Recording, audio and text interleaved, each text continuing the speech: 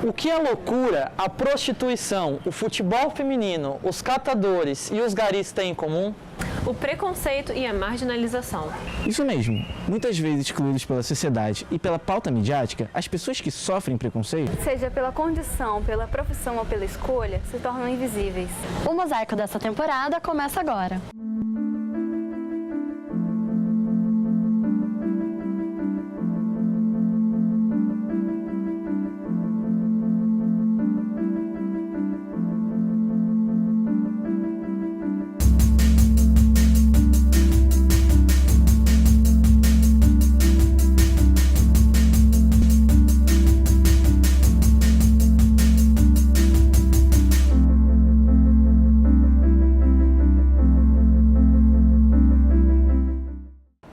Há indivíduos que, por nascerem com algum defeito natural do qual não são culpados, a natureza não permite que escolham sua origem, têm um temperamento exaltado e rompem as fronteiras e defesas da razão.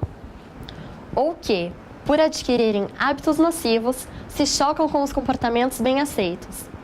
Essas pessoas, digo, pela mancha de um estigma, marca da natureza ou azar do destino, terão todas as suas virtudes desprezadas, sejam elas tão altas ou infinitas quanto o homem é capaz.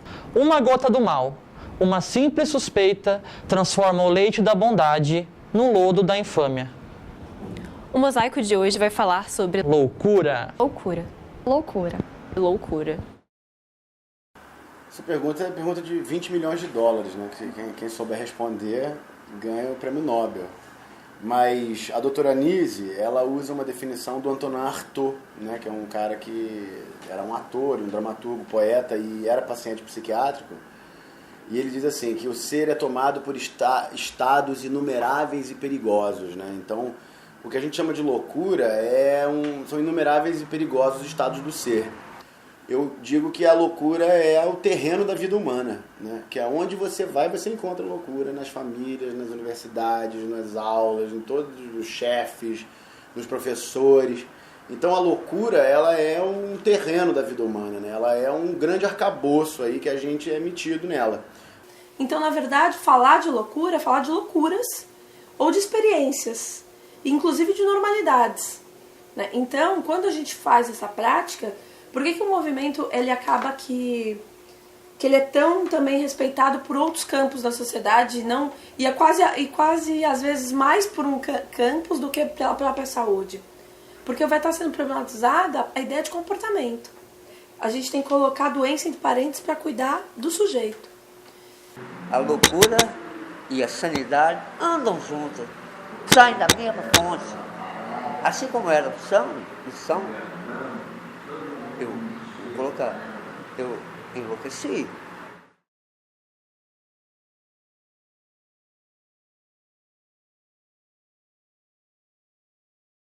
Preconceito é filho da ignorância, né?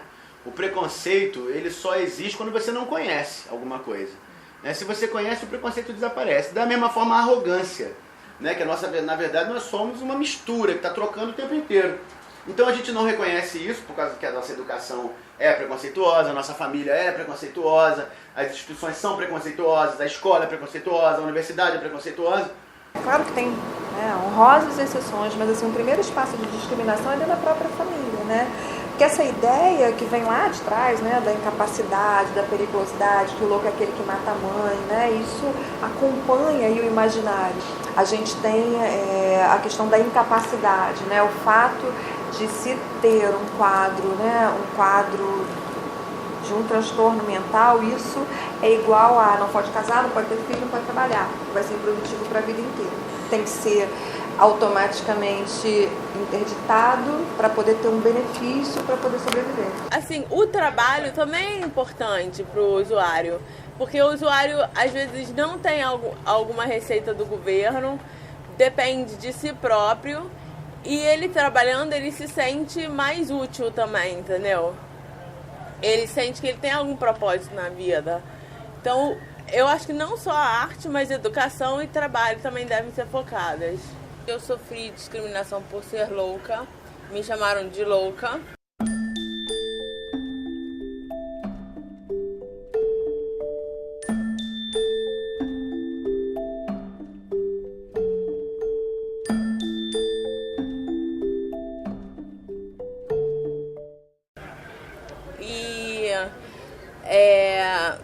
trabalho, eu também sofri discriminação quando a supervisora não quis me dar mais turmas e nem renovar meu contrato com as turmas que eu já dava aula, porque ela disse que os alunos vinham para ela falando que eu era louca e que então isso não era possível continuar trabalhando lá. A loucura para mim é uma coisa que a gente não quer sentir. Eu queria ser uma pessoa mente sã, corpo sã. É tudo aquilo que eu não quero ser, louca. Eu já fui internada várias vezes em manicômios, diferentes manicômios e de diferentes graus de conforto ou de quase tortura. Porque as pessoas ainda vêm aqui buscando deixar seus familiares para sempre.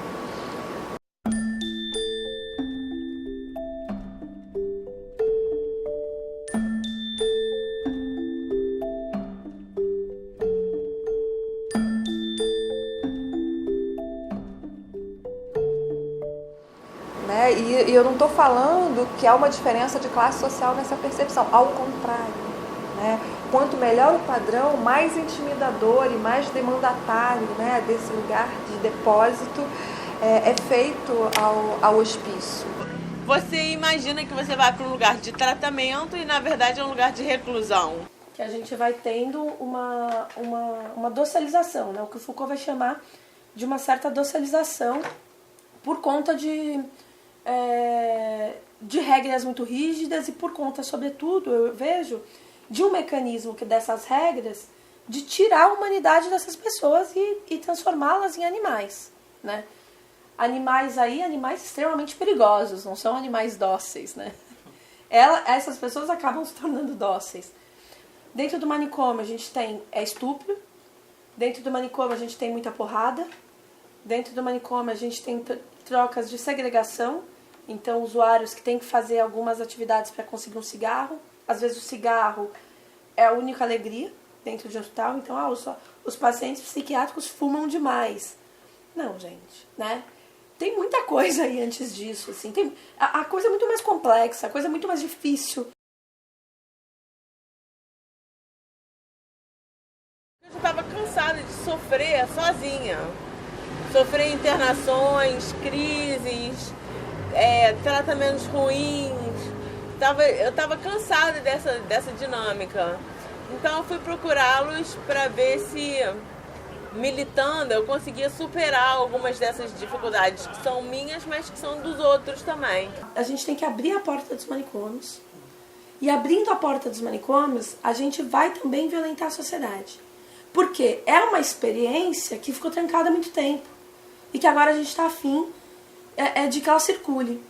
E aí, em 1987, é que a gente tem mais ou menos organizado, claro que isso vem, não é de uma hora para outra, né, vem num crescente, mas que a gente tem os pacientes, os loucos, participando do encontro de trabalhadores de saúde mental. E aí que a gente resolve, então, ampliar esse encontro, que não era mais só de trabalhadores, mas era de todo o corpo da sociedade. E aí que tem o lema por uma sociedade sem manicômios. Que, na verdade, a ideia é que acabemos com aqueles manicômios e que coloquemos os problemas na cidade. O Brasil ele tem uma história muito importante nesse campo por causa da doutora Anísio, né? A doutora Anísio, ela, em 1946, quando ninguém falava nisso, quando o sistema de saúde estava propondo que as pessoas com doença mental fossem tratadas com eletrochoques, com comas induzidos por injeção de insulina, com encarceramento, né? Com métodos ditos agressivos e também a lobotomia, né, que é a psicocirurgia, que é você cortar um pedaço do cérebro da pessoa. Então, quando a doutora Anísio começou a trabalhar e iniciou a reforma psiquiátrica brasileira, ela encontrou um cenário de campo de concentração. Eu conheci a doutora Anísio há 26 anos, ela era libertária, era danada. Quando ela chegava no lugar, e Anísio, sabe aquele povo? A persistência nordestina de meter a cara contra tudo como uma boa marginal, como uma pessoa de contracorrente. Lá em Guadalupe, onde eu moro, no posto, na clínica, no município daí, eu já sei estudar. Uma doutora senhora que já falou, a Anísio era danada, terrivelmente, tudo que ela fazia, ela era demais. Ela derrubou 5, um atrás do outro, embaixo político, aqui dentro não existia. Se pensava ali na década de 80, né? O que a gente faz?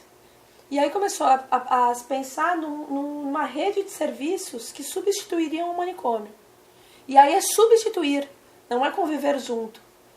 Né? Não é o manicômio servir de retaguarda, não é o manicômio existir, é o manicômio que tem que não existir para que a gente possa ter uma rede de serviços substitutivos.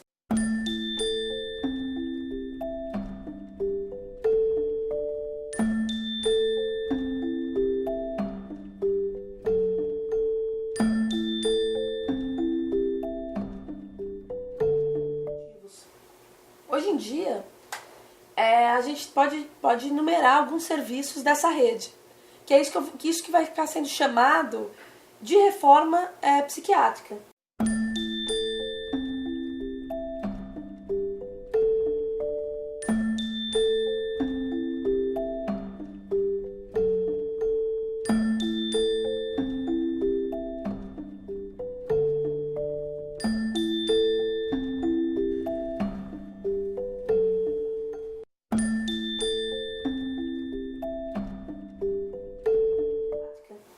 Eu prefiro chamar de reforma na saúde mental porque ela vai ser uma transformação radical em todas as práticas de saúde. O lugar onde eu mais tratei a questão bipolar foi o CAPS-AD. Eu vou num centro de atenção psicossocial, álcool e drogas em Botafogo. Desde 2009 que eu vou lá. E eu me trato lá de todas as minhas questões com a psicóloga. Já tive várias psicólogas que lá a rotatividade é muito alta e isso prejudica um pouco o tratamento. Eu me trato dentro do meu território, entendeu? Então, por exemplo, o meu território é aqui, São Francisco. Mas aí eu vou para Botafogo, me trato e volto para minha casa. A principal diferença é que aqui é um hospital psiquiátrico, então o tratamento é em regime fechado. Né? Então, não há uma livre circulação, ele não vai dormir em casa, né? Ele não passa o dia aqui e vai dormir em casa. Ele vem para cá para um cuidado intensivo. Então a gente tem visto aqui nessa experiência que essa prática cultural e simbólica de você fazer... Tem uma frase que fala assim, se você não faz ciência, qualquer ciência faz você. E se você não faz arte, qualquer arte faz você. Quem não cria está doente. Então a gente tem testemunhado aqui nesse trabalho de 5 anos, e especialmente nos 2 anos e meio que o Hotel da Loucura tem funcionado, como isso modifica a relação, como isso modifica a relação com o outro e modifica a saúde corporal. A pessoa perde peso, a pele melhora, a acne diminui, a pressão baixa, o diabetes melhora, a psicose melhora. Gostei, eu pintei 2 quadros. Fez bem? Fez bem. Pintei um sol e um caminho, uma luz no fim do túnel. Um caminho é onde eu estou caminhando e o sol é onde eu vou chegar. Uma luz brilhante, imensa no fim do túnel. Não entendo a arte como um dispositivo de tratamento. Para mim, quando a arte for um dispositivo de tratamento, que seriam as artes terapias, tem muita coisa boa sendo feita, entendeu, gente? Eu não tô querendo dizer que não tem, então não é bom. Eu acho que tem muita coisa boa sendo feita, muita coisa legal. Só que quando eu olho e falo assim, nossa, é muito legal isso, é quando eu vejo que o dispositivo de tratamento já é secundário. Né? No sentido assim, ninguém mais quer que aquela pessoa fique bem, né? Fique tratada. Eu acho que o artista, quando a gente pensa o artista na saúde mental, um dos motivos que eu vejo a importância do Ministério da Cultura é justamente para que aquele artista não se sinta responsável por nenhuma melhora daquela pessoa. Quando não tem esse dispositivo da melhora, talvez aí a gente possa estar pensando numa radicalidade, numa experiência radical de estar com o outro.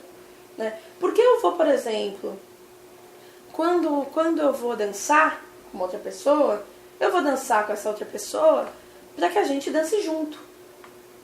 E não para que aquela pessoa seja feliz. A arte é uma coisa que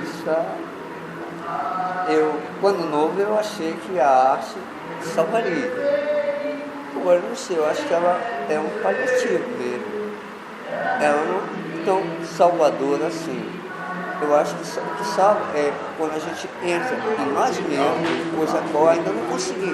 E a gente consegue se harmonizar e se desligar e se desprender.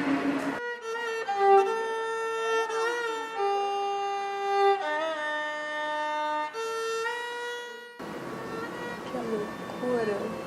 Gente, coisa difícil responder. Eu acho que é um jeito diferente de ser, um jeito particular de ser, um jeito... Loucura pra mim é a perda de duas coisas: de controle da mente e do comportamento e perda de sentido. Eu vou citar a velha e sábia doutora Anísia.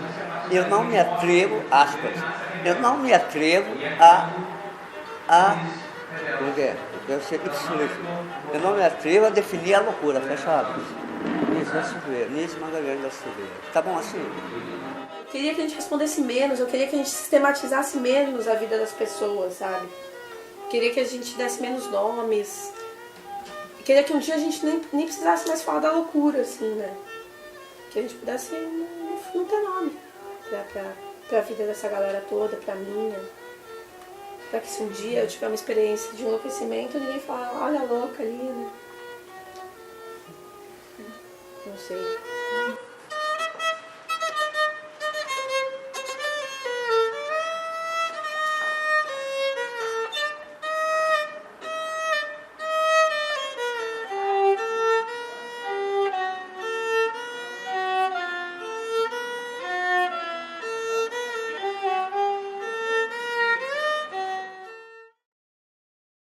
O mosaico de hoje falou sobre loucura. E aí, qual a sua? A gente fica por aqui. Até o próximo programa.